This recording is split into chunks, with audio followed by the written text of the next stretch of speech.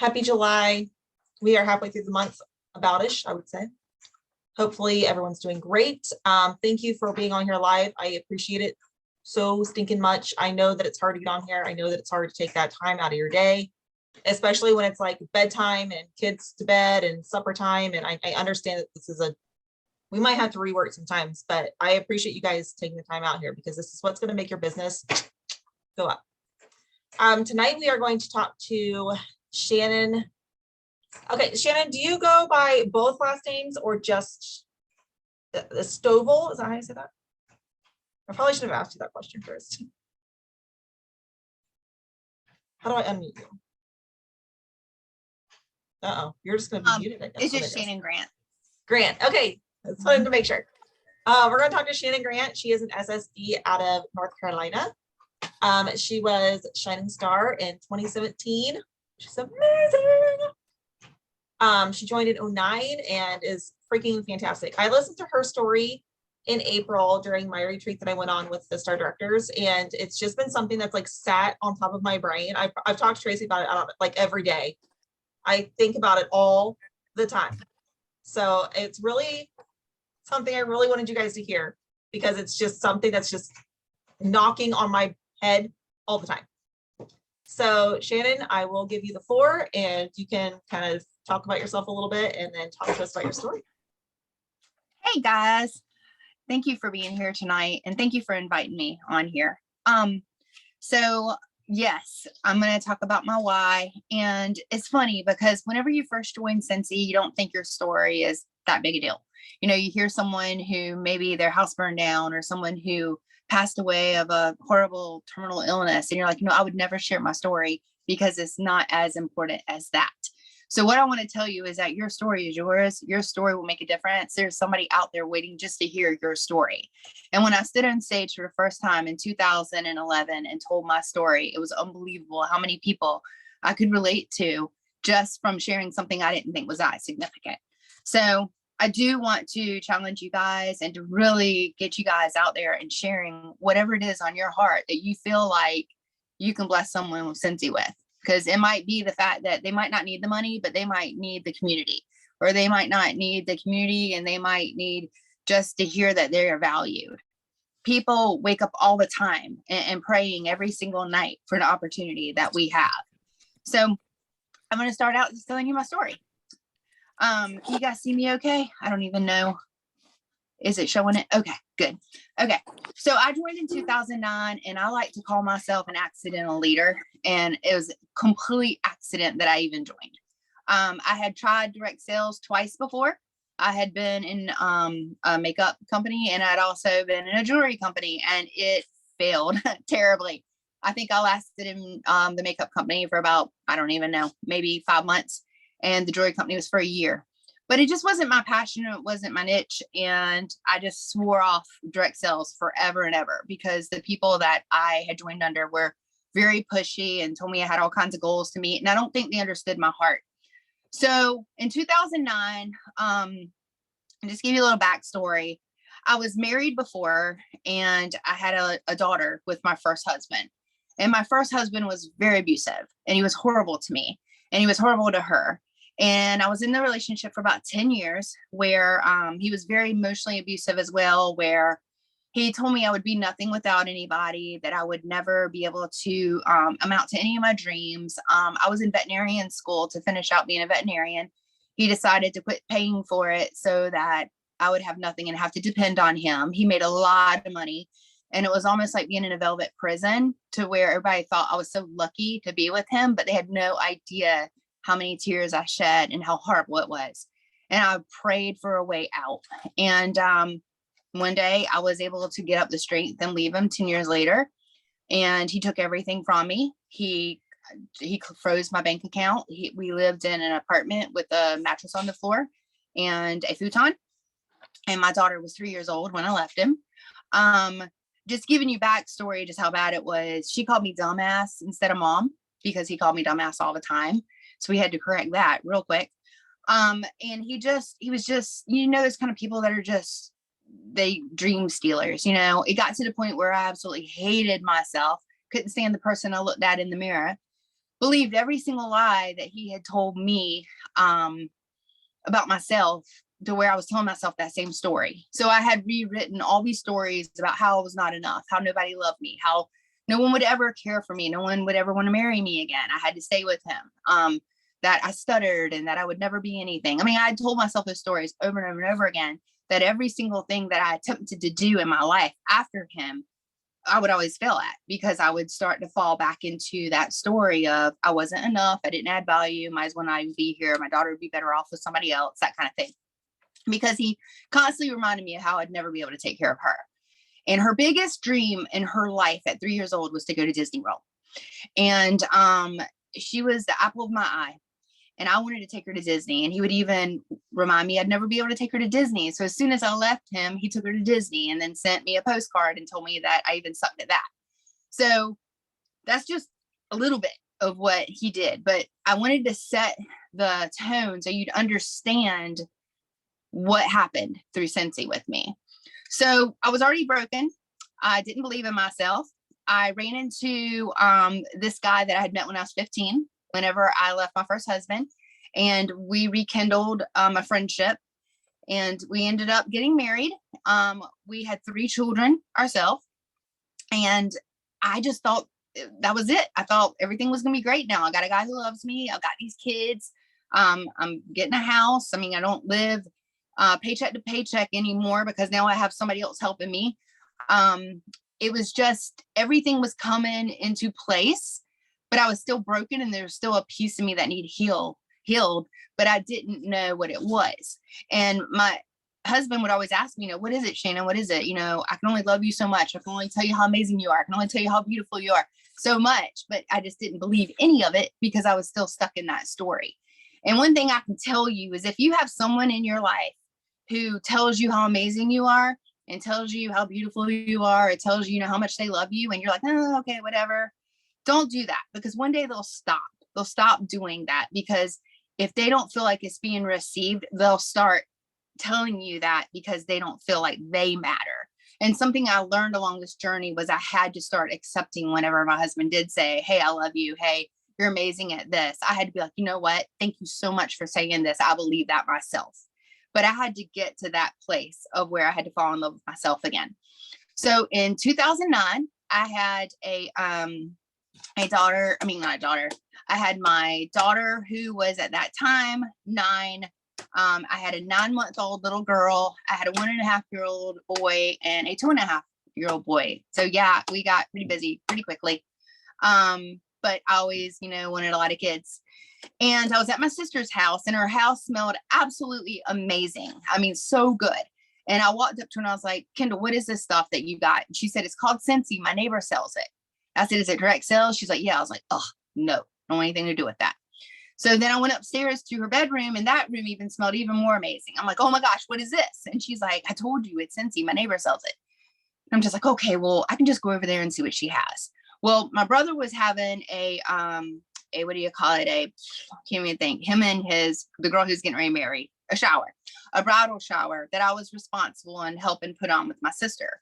So I had my 1.5-year-old, my 2.5-year-old, and no, it was something like that. They're all 17 months apart, so you can kind of do the math. But I know Andy was 9 months. She was my youngest. And I left them downstairs while I ran to my sister's neighbor's house to find out what the Scentsy thing was, so I could buy some. And when I went to her house, I knocked on her door. It was like 10 o'clock in the morning. She came to the door. She had all these kids with her. And I said, I want my house to smell like my sister's. And for years, I've been waiting for somebody to do that to me. And it has not happened yet. So I know this was like a divine thing. And she showed me what she had. I bought it. I threw it in my car. I went back over to my sister's house. Did not tell anyone where I was. I told them I was in the bathroom, because my 3-year-old had spilled wine on my brother, and my brother was looking for me, and he was very upset. So I told him I was in my bathroom and I didn't feel good. I didn't want anyone to know, but I had gone to buy this. Well, I came back home, and when I came back home, I could not get enough of it. My house smelled amazing. They were called car candles at the time, which are scent circles now. I bought those, and I was loving it. Scent made me happy. It was the cure of helping me heal, because whenever I could remember the memories from growing up and being baking with my grandmother and the smells of like her perfume through cashmere, and the wasabi ginger reminded me of fall at home. It started really to be able to heal me. And my friends came over and they're like, oh my gosh, your house smells amazing. You know, what is this stuff? I was just like, it's Scentsy. Well, the thing was, I did not know that I couldn't get any more of this unless I were to travel 3 hours away to go get it. I mean, you could go online and buy it, but I was the kind of person that was hands-on. So I called my sister one day because I opened up the tray and there was no information on how to buy it. And I was like, how do I get some more? And she's like, well, I think that Melissa has a site. Let me send it to you. So she sent it to me. I was on it 5 minutes and I was like, you know what? I'm just going to join. I'm going to join because I want to smell all the scents and I want my house to smell good, because I felt like it was something that was helping me. It was almost like therapy. So I joined. And when I joined, I didn't want to tell anybody, not one person. And I couldn't keep my mouth shut though. It smelled so good when people would come over and be like, what is it? I'm like, oh, it's Scentsy. This stuff is so amazing. And then I went to the church and I gave them a nightlight and a bar of wax and told them, you know, I just wanted the church to smell good. And they were just like, okay, thank you. Next thing I knew, people from church were calling me. Oh my gosh, I want my house to smell like the church. And I was just keeping it, you know, tampered down. I didn't want many people to know that I was selling this thing. Well, convention came up to go to Colorado in 2000 and I guess it was 10. No, it was 2010. Anyway, and I was with my mom and we always wanted to go to Colorado. And guys, I'm telling you, I was so not working this business because I didn't believe in myself that I didn't even know who Heidi and Orville were. Like I had the catalogs that came in my kit, but I don't think I even opened them and read the story because I was not interested in being a director, being a leader, having parties, none of it. I just wanted my house to smell good. That was it. So I remember when I went to Colorado with my mom and we went to convention, I just signed up to see what it was. There were two people sitting outside and I walked up to them and asked them if they knew where the convention center was. And they pointed me in the direction and I was like, have you ever heard of Scentsy? And they're like, oh yeah, that's cool. You know, we've heard of it. And I'm like, okay, well, I'm just not going to say it anymore. So when I got to the convention and we're sitting in there and they bring Heidi and Orville out on stage, I realized that they were the people that I had just asked if they knew what Scentsy was. And then I'm like, now they're going to know that I never even opened the catalog and read the story. I mean, I was so embarrassed, but it was the beginning of something new that I didn't even know. Orville went on stage, and I'm trying to make it fast so that, you know, just keep me on time because there's so much I could share. But Orville went on stage and he was telling us about our incentive trip. And the incentive trip was Disney. And I'm telling you what, I had 4 kids, but that one that was in that marriage with me, that one that I felt like deserved the world, that one that I did not want to ever feel like she was from a divorced family, I knew I was going to take her to Disney. I knew it. So in that moment that he was like, y'all go outside and get your figurines and take them home and know that you can work towards Disney, I was like, I'm taking Peyton to Disney. The other 3 can wait. Steve can take them later. I'm taking Peyton to Disney. I came home with a fire in me that was so incredible that I just loved everything I did. It made me so happy to share it. It made me happy to have my customers tell me what the scents reminded me of. It made me happy to have people that join my team come to me and say, thank you so much for this opportunity. I mean, I was just really happy and I was earning this trip for my daughter. At the very end of that incentive, I earned it for my whole family because I was just trying to get it for her, but I could not keep my excitement down for what this company does. You have to believe in this company because it believes in you. You have to believe in the products because they change lives. And you have to believe in yourself. And that was something that I was slowly learning. When I was at that 2010 convention, I went to a panel. And the panel was Becca Levi and Angie Williams and A.D. Mitchell and Jen Audette and all these people that had been in Scentsy for a really long time. And I got to hear their stories. And those stories were not, you know, these stories that, you know, like Amy that was Cuddy that was on, you know, stage that was missing her feet. These stories were like stories that were heartfelt, were like why they needed to get out of their job or why they needed to be able to do something. And I was like, wow, you know, my story, it means something. Well, at that moment, I decided my why, getting to my why, was my daughter. It was my daughter that I had been in this horrible relationship with my ex-husband that I was going to show her the world. I was going to do everything I could to make this child know that she was special and that she was not the cause of the separation with her and her dad, me and her dad. And every incentive that I had, everything that I had, I wanted to give to Peyton.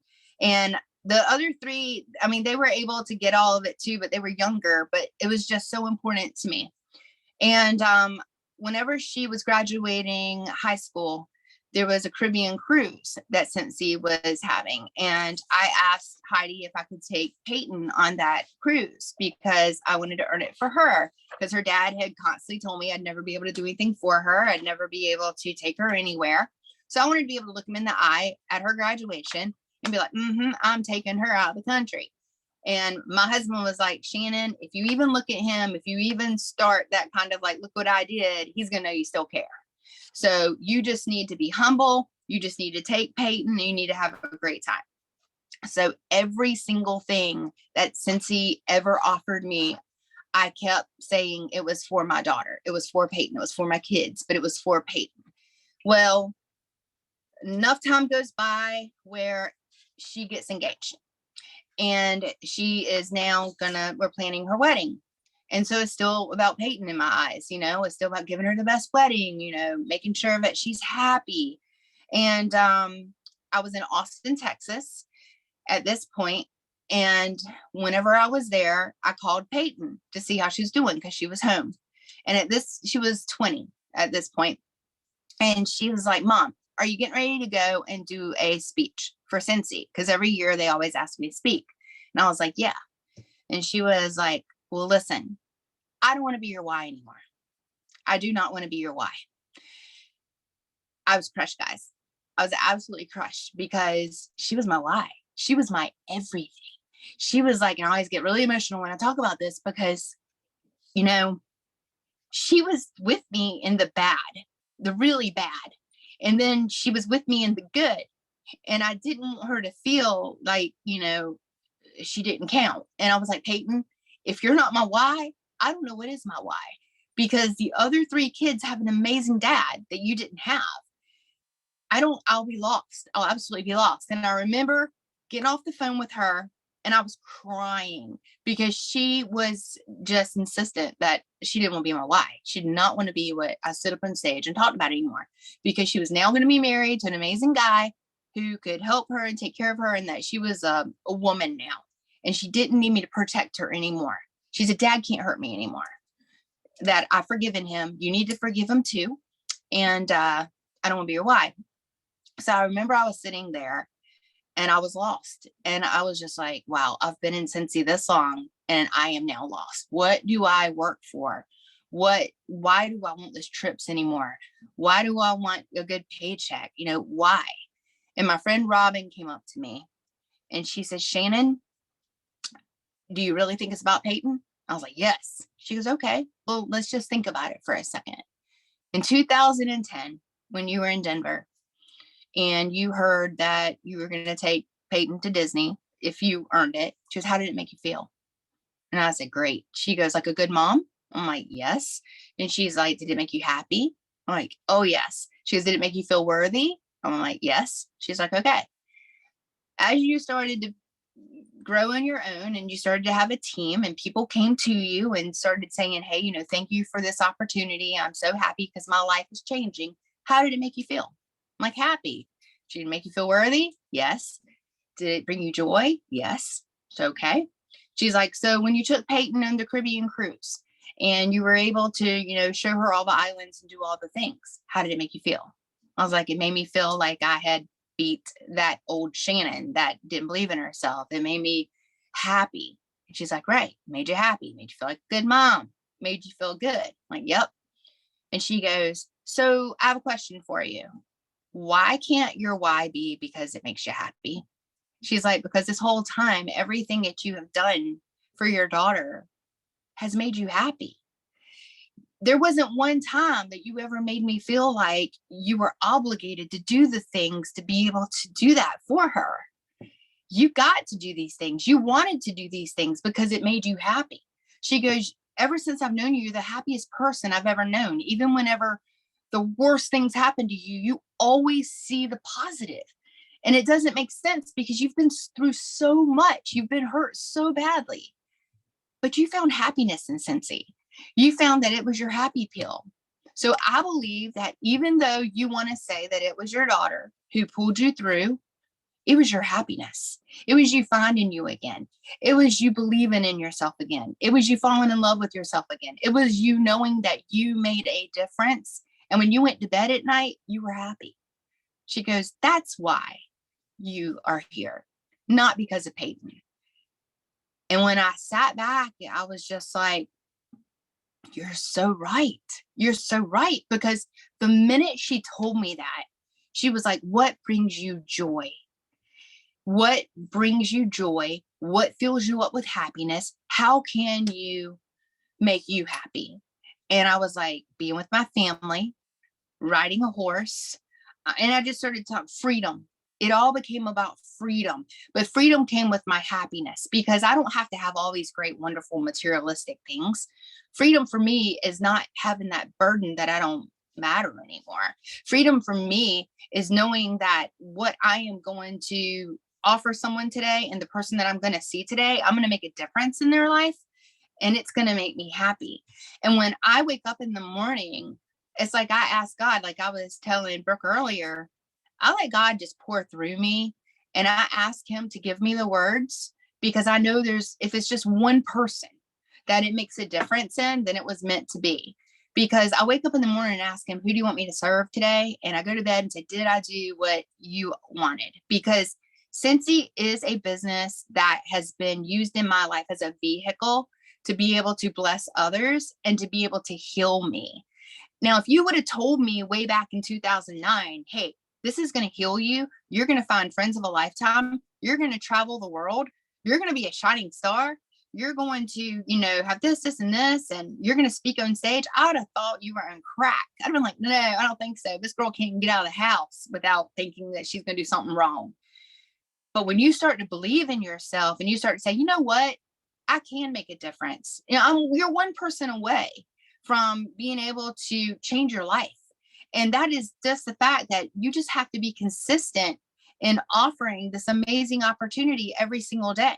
You have to believe in what it is that we rep here. I mean, we might be going through a dip, as they want to call it. But guys, when I joined, I had one catalog that changed seasons just like it does now. We had these gigantic testers. We didn't have mini testers. We didn't have basket testers. And we did not have LTOs. We only had that one catalog to sell from all the time. And the most important thing was that we had warmers and we had car candles at the time. And then they had the travel tins and then they had the buddies and then it expanded. So when I look and see people right now telling me that they can't get $200 out of it or they can't do this, I'm just like, are you kidding me? I had to do this with one catalog and that's it. I had to make magic. And it's not just the products. They can go online and Cincy.com and buy from anybody. They're buying from you because you are showing them something that they need to see. It's a reflection of happiness. It's a reflection of joy. It's a reflection of them seeing something that they might be able to attain. Because I remember sitting back and watching all the people in Mary Kay and Pampered Chef and all the people going on different, trips, hearing about it because we didn't have social media back then. And thinking that life isn't for me. I did not get that, that lucky.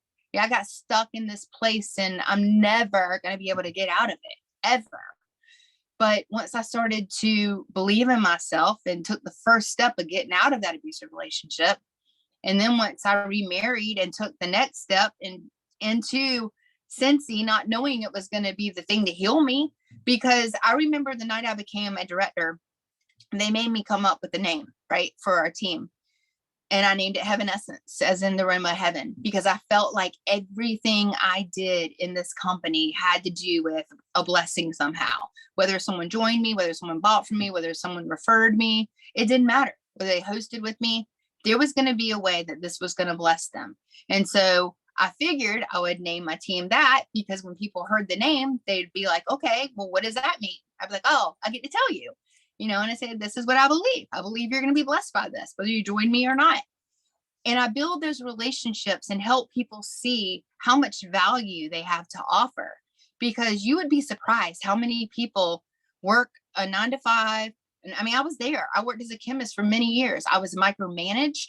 I was told, that I had to have this done. I missed many recital. And I think that's why I was so sold on the fact that Cincy could be this for me, to be able to stay home with my kids and be able to have everything for Peyton, because I didn't want to stick her, somewhere and be in a miserable place myself, being micromanaged and almost repeating what I had already escaped. And so I did. And so I hear people all the time talking about how they never ever hear that they matter, that they either have deadlines, they never hear, thank you for showing up today. They never hear any of that. Instead, they're just constantly hammered on. And just to be able to, as a consultant or as, a leader, be able to shed that kind of light and to be able to tell people, you do have a light about you. You just have to let it shine, because you are going to find people that you're not their cup of tea in this business. You're going to find people that absolutely relate to you, but you're not going to find those people unless you keep looking for them. And Becca Levi told me that your business isn't open unless your mouth is open. And so every single day when I wake up, I know for a fact that one of my very, very, very good friends, her name was Gladys, and there's a YouTube I did on her because she was my best friend, but she's not alive anymore. But when I first started Cincy, I asked a lot of people at the hospital, doctors, nurses, all them, if they'd ever heard of Cincy. And no one would listen to me. No one was even interested in smelling the scent. No one was interested in anything. And this one lady found my catalog that I had dropped at a hospital. And she called me, and she did not have, it's such a long story. I'm trying to summarize it because it's such an incredible story, but she could not read or write. And I did not know that. So when she called me and asked me if she could smell the scents, I went to her house and I left her with all the scents, because she lived in a really, really, really, really bad area, like really bad. It was so bad that there were boards on the doors. But when she called me and told me to go to that area, I lied to her and told her that my car was broken down, that I couldn't go. And whenever I got off the phone with her, it was almost like a big wall came in front of me. And it was like, you got to call her back. You got to call her back, and you got to be honest with her. And so I called her back and I was like, look, I'm lying to you. I'm really scared to go where you are. And she was just like, you're covered in the blood, honey. You just need to come. And so I went, I gave her all my scents. Never thought I'd ever see him again because it was such a bad area. I figured that was the end of my Cincy career right there. And she called me 2 months later and had $2,500 in orders, because I found out that she was the janitor of that hospital, and she walked every single wing because she felt led to show me that I could do this and that I added value.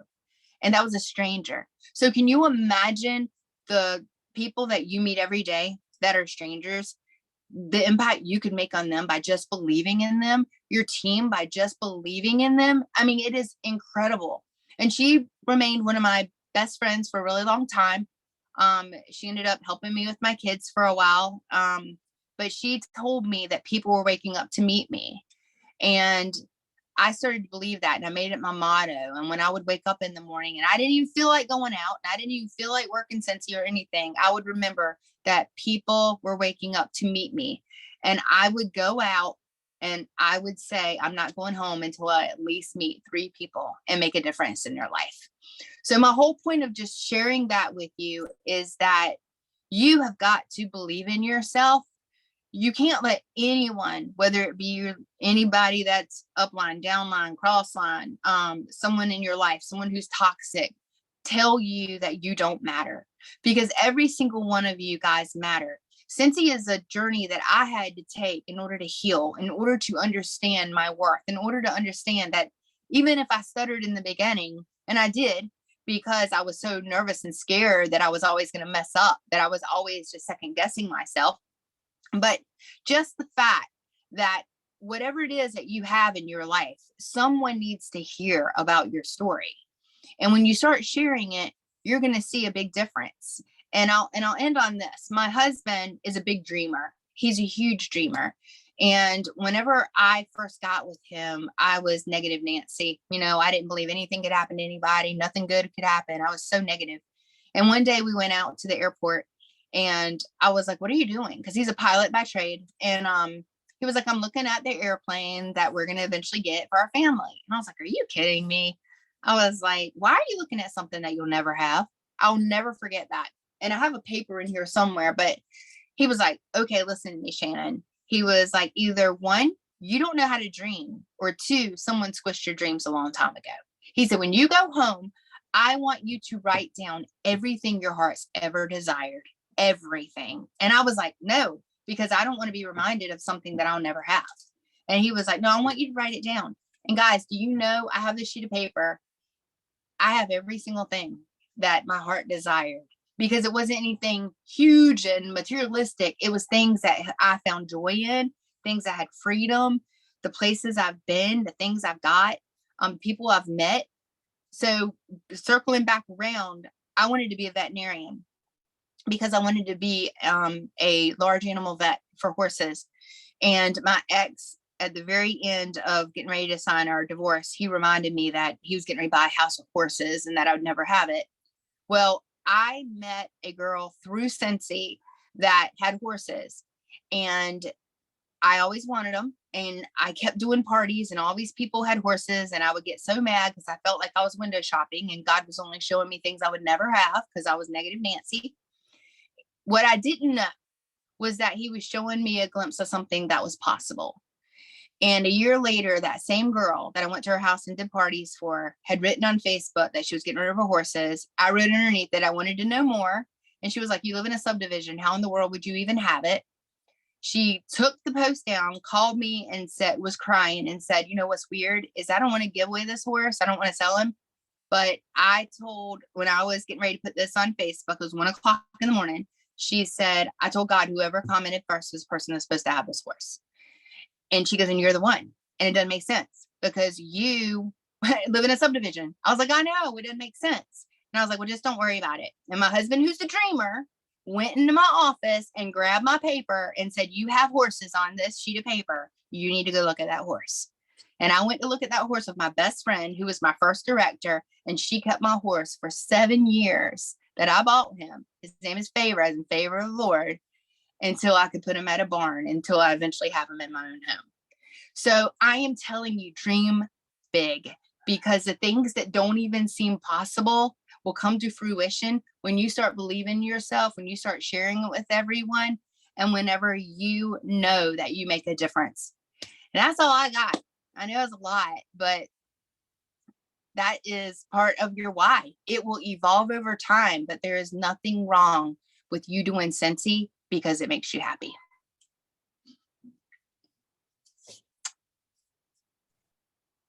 So Listen, I love it. I love it so much. Does anybody have any questions or anything they want to ask her? I don't want to take too much of your evening. Oh, I'm fine. I don't have anyone here right now. Anybody have any questions? Did anybody have a great takeaway? Because I'm just sitting here like, I love your story so much. I love it so much. I love that it's okay to just allow Scentsy just to be your happy place. And it doesn't have to be this big, huge emotional, I don't know. It makes it feel okay to not have a big emotional reason. And I think that resonates a lot with me. Oh, Janine has a question. Do you share your why with your customers about your abusive relationship before? When I used to do home parties, and I would have to start in the very beginning, and I'd say, okay, I joined for this and I stay for this, but this is how it changed my life. Yes, I do. I'll say, this is where I came from. This is where I am now. And Scentsy is the journey of my healing. And it is amazing how many people joined me on the journey for their own healing. A lot of people have accepted the Lord because of my faith. And I'm not saying I'm responsible for that, but like I said, God uses us as a vessel. A lot of people have really confided in me because they've been in situations where they were abused and they didn't want to tell anyone. And they couldn't believe a girl who was doing a Cincy party actually opened up that door for someone to be able to, talk to. So yes, I do. If I'm at an event and someone asks me, why'd you get in Cincy? I'll be like, are you going to pull up a chair? I was like, because it's a big one. I was like, basically, I was in a really bad place and it was for my healing because, we can sit here all day long and say that we're going to make money and that we're going to go on trips and that we're going to have these titles and we're going to do this. And if it is not something that our soul is seeking at that moment, if it is not something that really hits the heart, people aren't going to listen to that. They're going to do exactly what I did, which was that isn't for me. That doesn't happen to people like me. That doesn't happen to people who got stuck in this situation. But when they hear that there's hope, to be able to change their life, to be able to change their finances, to be able to change, their relationships, they listen. And that's whenever you start to build those relationships with people, you start to be able to love on them and touch on them and let them know their value. And then they join your team. I mean, there's so many people on my team that they were like, if you wouldn't have shared your story, I wouldn't be here. And I think it's because we just don't think our story is important. And whenever I get to hear their stories, one of my really good friends, she happened to scrap up $49 to join, and she was in an abusive relationship at that time. And the police officer that came to get her from that abusive relationship, she ended up marrying him, but she heard my story and was like, oh, wow, my story means something. And she was able to talk about how that $49 changed her life.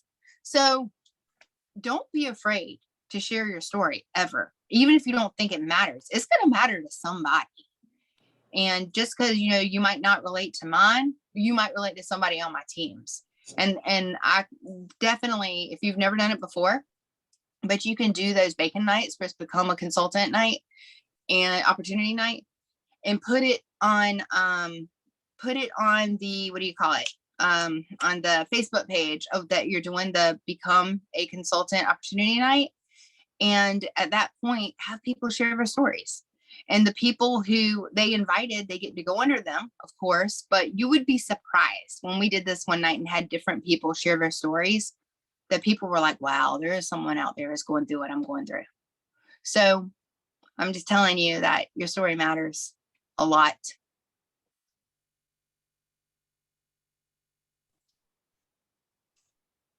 Does anybody have any other questions? That was helpful. I love that. If somebody else was talking. Tracy, was that you talking? Oh, I heard a noise. Maybe it was Scott. Like, it wasn't me. However, I thank you so much, Shannon, for coming and talking with our teams. Your story is definitely inspirational. And I love, like Brooke says, that there's a lot of people out there that have the big whys, the crazy whys, the stories that nobody would ever believe, but just that authentic story that you have of what your own personal story is, of what you went through, that is enough. And that's what Sensi is all about, is you are enough. And everybody, it's inclusive, can be that person. They can the outcome can be that overshadow of something that could be negative, to be turned into something so amazing. So thank you.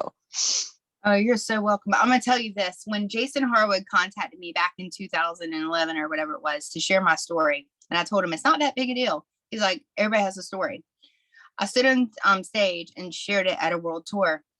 And after I was done, I was all emotional and everything. This one lady walked up to me. I was after a breakout and she had her husband with her.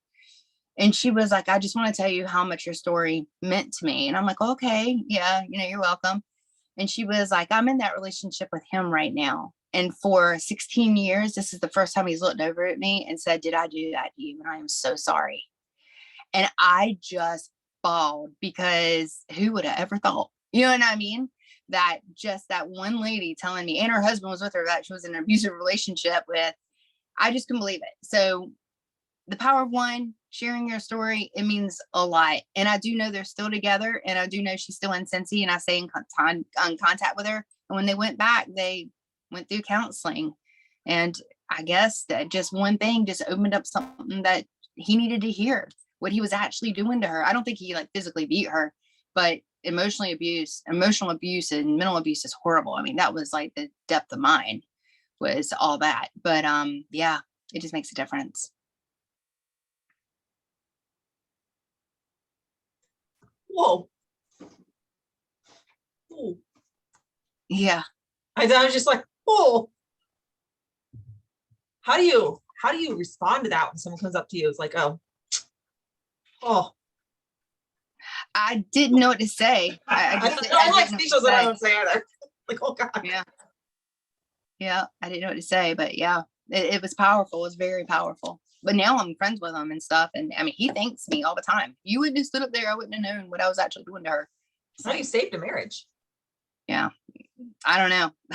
That's God right there. Cause I don't know, but it was good. But thank you for having me. Thank you so much for coming on and talking to us. It was extremely inspirational. And I know a lot of people took a lot from that. I am so appreciative of you for just being like, oh yeah, sure. Tomorrow, see you there.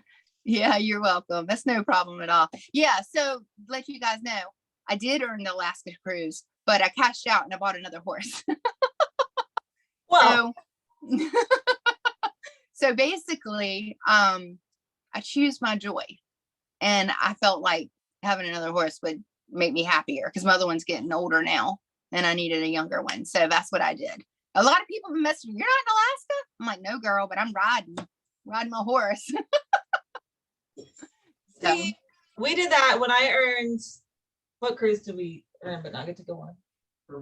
Bermuda. We put a pool in.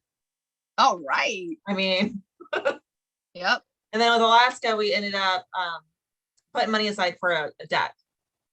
So we took the buyout for Alaska, and then we're putting a deck around the pool this year. Well, that's awesome. Eventually. Choose what's going to make you happier. Yep. Yeah. Choose your happy. Well, I think that's it. If nobody else has any other questions or anything, I really appreciate you taking time out of your evening to come talk to us. Thank you. Oh, you're welcome. No problem. Anytime. Stop button. There it is. Right. Thank you. Hi, Scott. Thank you. Bye, guys. Thank you so much for being here tonight. You're welcome. Bye.